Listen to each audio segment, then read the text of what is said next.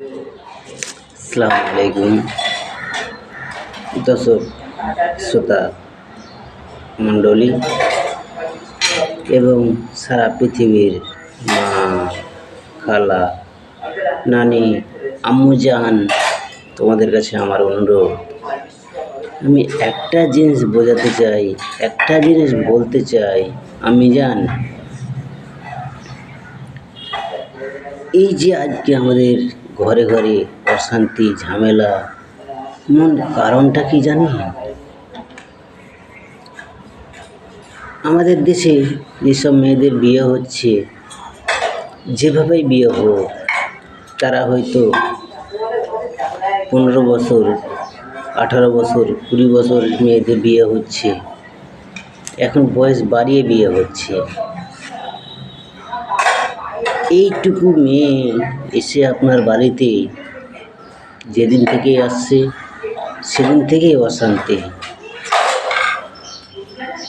এর কারণ আমি চিন্তা করে দেখলাম যে প্রত্যেক শাওরি একই কথাই, যে যেদিন থেকে তুই এসেছিস সেদিন থেকে আমার ছেলে অন্যরকম হয়ে গেছে। আমার ছেলেকে তুই ভাঙিয়ে নিয়েছিস, জাদুমন্তর করে নিয়েছিস। এসব আম্মিজানের কাছে আমার অনুরোধ, আমি বলতে চাই, ওই মেয়েটা যদি সত্যি আপনার ছেলেকে তার বক্স করে নেয়, তার হাতের মুঠোয় করে নেয়, সে মেয়েটা কি চায় যে আমার স্বামী গাঁজা খাক? সেই মেয়েটা কি চায় যে আমার স্বামী অন্য মেয়ের সঙ্গে সম্পর্ক করুক? সেই মেয়েটা কি চায় আমার স্বামী মদ, গাঁজা, জুয়া, এসব যত রকমের খারাপ কিছু আছে এগুলো করুক?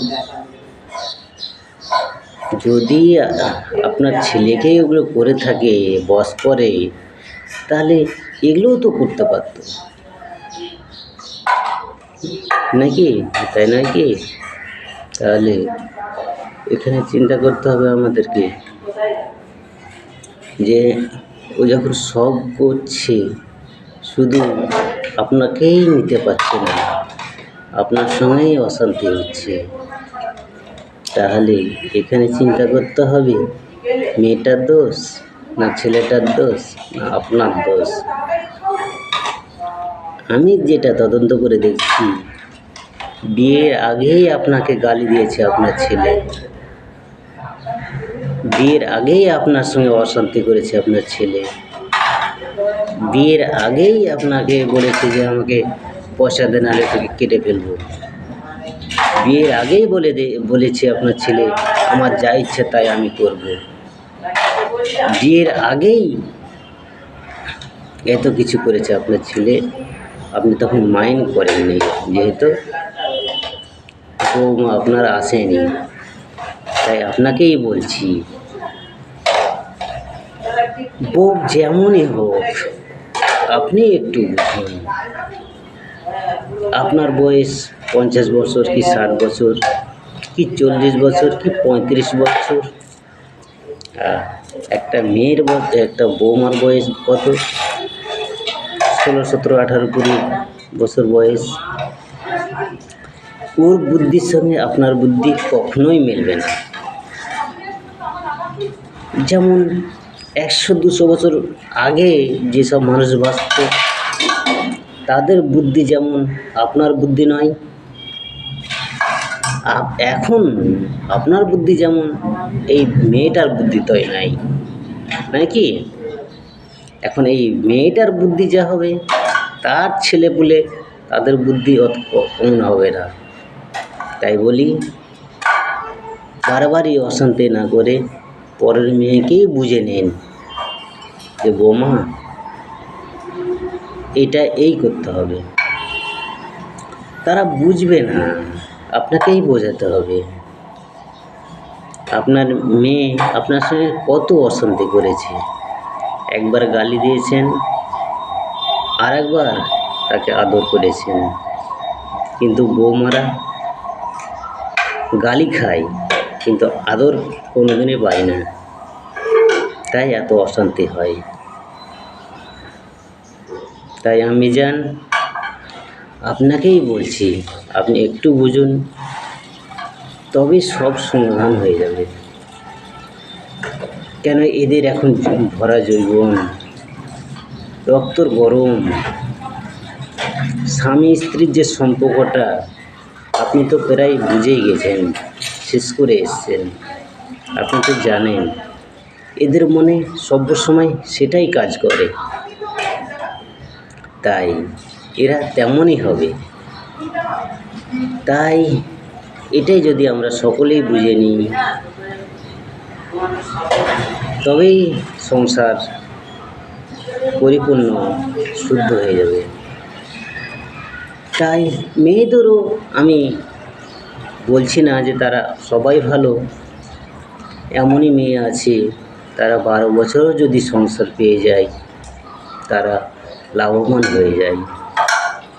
এমনও মেয়ে আছে 40 বছরও যদি সংসার পায় ও সে সংসারকেও ছাই করে দিবে। পৃথিবীতে কত মানুষ এসছে আর আসবে, সব নিয়েই সংসার। যত রকম মানুষ এসছে, তত রকম বুদ্ধি, তত রকম মানুষের দিমাগে কাজ করে। আর ওই যে আরেকজন বসে আছে, আল্লাহর সঙ্গে যে কথা বলে এসছে শয়তান, সে শয়তান এমন একটা শয়তান, মানুষের দুটো দিক আছে। যারা হচ্ছে ইমানদার বান্দা তাদের জন্য আল্লাহর দিক থেকে একটা সহযোগিতা রাস্তা আছে। যারা আল্লাহর কথা মেনে চলে না, নিজের কথাই মেনে চলে, এদের জন্য শয়তানের একটা সহযোগিতা আছে।